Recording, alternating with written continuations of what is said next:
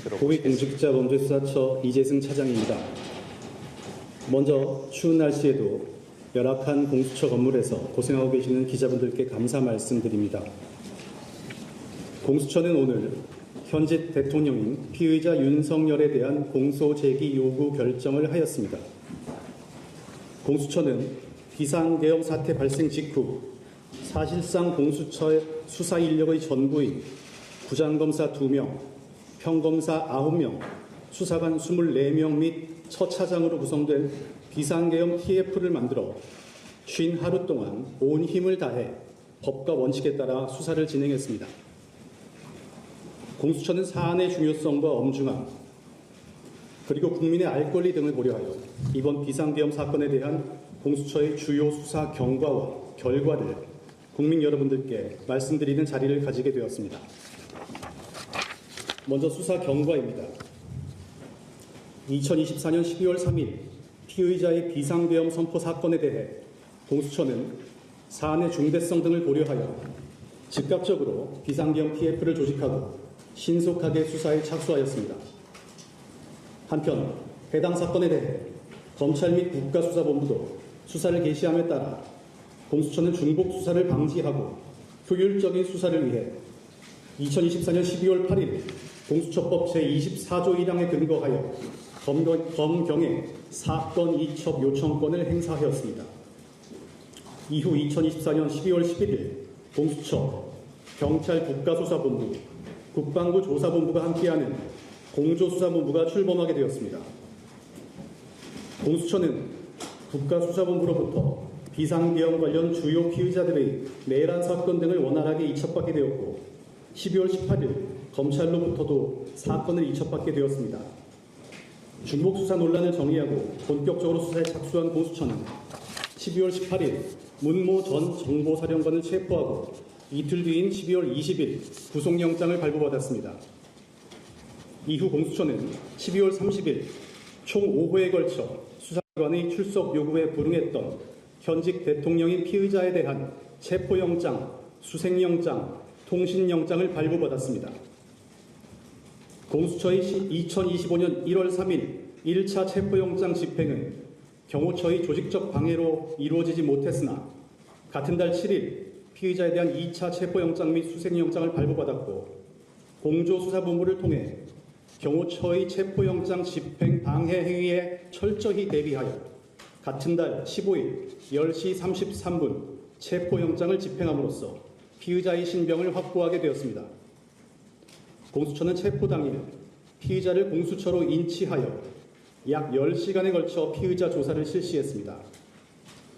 피의자는 체포 당일 조사 과정에서도 관할 위반, 수사권 문제 등을 주장하며 다른 일체의 진술을 거부하였고 같은 날 체포영장 발부 법원인 서울 서부지방법원이 아닌 서울중앙지방법원에 체포 접부 심사를 청구하였지만 다음 날 기각되었습니다. 공수처는 1월 17일 범죄 사실 및 구속의 필요성을 상세히 소명하여 구속영장을 청구하였고 1월 19일 구속영장을 발부받았습니다. 법원은 구속영장에서 피의자가 내란죄 및 직권남용죄를 범하였다고 의심할 만한 상당한 이유가 있고 증거를 인멸할 염려가 있어 구속의 사유가 있다라고 설치하였습니다. 공수처는 오늘 공수처법 제26조 1항에 따라 서울중앙지방검찰청에 피의자에 대한 공소제기 요구 결정을 하게 되었습니다. 아시다시피 피의자는 내란 우두머리라는 국가적으로 중대한 혐의를 받고 있음에도 불구하고 현재 계속 비협조적인 태도로 일관하며 형사사법 절차에 불응하고 있으며 구속 이후 공수처의 피의자 신문 자체를 거부하고 있습니다. 또한 경호처는 비화폰 등 압수수색도 계속 막고 있습니다. 이러한 상황에서 공수처가 계속 조사 시도를 하기보다는 기소 여부를 결정해야 하는 검찰이 그동안의 수사 자료를 종합하고 필요한 사항에 대해 추가 수사를 하는 것이 사건의 진상규명을 위해 효율적이라고 판단하여 금일 공소제기 요구 결정을 하기에 이른 것입니다. 공수처는 대통령에 대해서는 수사권만 있고 기소권이 없습니다. 그렇기 때문에 기소권이 있는 검찰의 공소제기 요구를 하면서 기록과 증거물을 송부하는 것입니다. 이어 이 사건 주요 수사 결과를 말씀드리겠습니다. 피의자의 죄명은 내란 우두머리 및 직권남용 권리행사 방해입니다.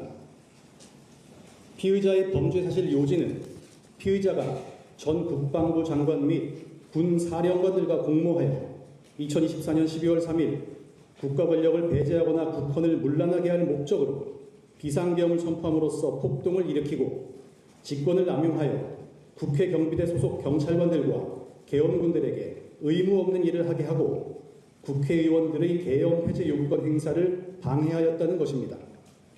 공수처는 기존 국가수사본부 및 검찰의 수사 결과뿐만 아니라 공수처 자체 수사로 확보한 증거를 종합하여 공소제기 요구 결정을 하게 되었습니다. 공수처는 피의자가 비상계엄에 얼마의 병력 투입을 원했는지에 관한 진술, 비상계엄 해제 직후 국회의원 체포와 또 다른 비상계엄을 언급한 진술 등 여러 군 관계자들의 진술을 확보하였습니다. 또한 김 전 장관과 노 전 사령관이 비상계엄 전에 만남을 가지며 계엄을 모의한 정황 등 내란 주요 임무 종사자들의 여러 혐의 사항에 대해서도 다수의 주요 증거를 확보하여 이를 기록화하였습니다. 이후 향후 조치에 대해서 설명드리겠습니다. 공수처는 금일 검찰의 공소제기 요구 결정을 함과 함께 피의자에 대한 기록 전체를 서울중앙지검에 송부할 예정입니다. 특히 조사를 회피하고 있는 피의자에 대해 즉각적인 조사가 가능하도록 피의자 신문조서 초안과 영장 청구 관련 자료 등도 모두 수사보고서로 편철하여 검찰에 제공할 예정입니다. 다음으로 경찰 국가수사본부 등 관계 수사기관에 감사의 말씀을 드립니다. 이 사건 수사를 진행함에 있어서 과정 하나하나마다 많은 어려움이 있었습니다. 공조수사본부의 일원으로서 수사 인력을 파견 지원해 주신 국방부 조사본부와 경찰 국가수사본부 그리고 중요한 증거 자료를 제공해 주신 검찰에도 감사의 말씀을 드립니다. 특히 국가수사본부는 수사 초기 단계부터 적극적으로 도움을 주셨을 뿐만 아니라 체포영장을 집행할 때 대규모 인력과 장비를 지원해 주셔서 법 집행 임무를 완수할 수 있었습니다. 다시 한번 깊은 감사의 말씀을 드립니다. 국민 여러분, 오늘 공수처는 피의자에 대한 공소 제기 요구 결정을 하였지만 아직도 공수처에는 이번 비상계엄과 관련된 다수의 피의자들과 관련자들 사건이 남아 있습니다. 공수처는 앞으로도 계속 대상자의 지위 고하를 막론하고 법과 원칙에 따라 책임 있는 수사 대상자는 모두 의법 조치될 수 있도록 관계기관과 긴밀히 협조하여 엄정하게 비상계엄 수사를 계속해 나가겠습니다. 감사합니다.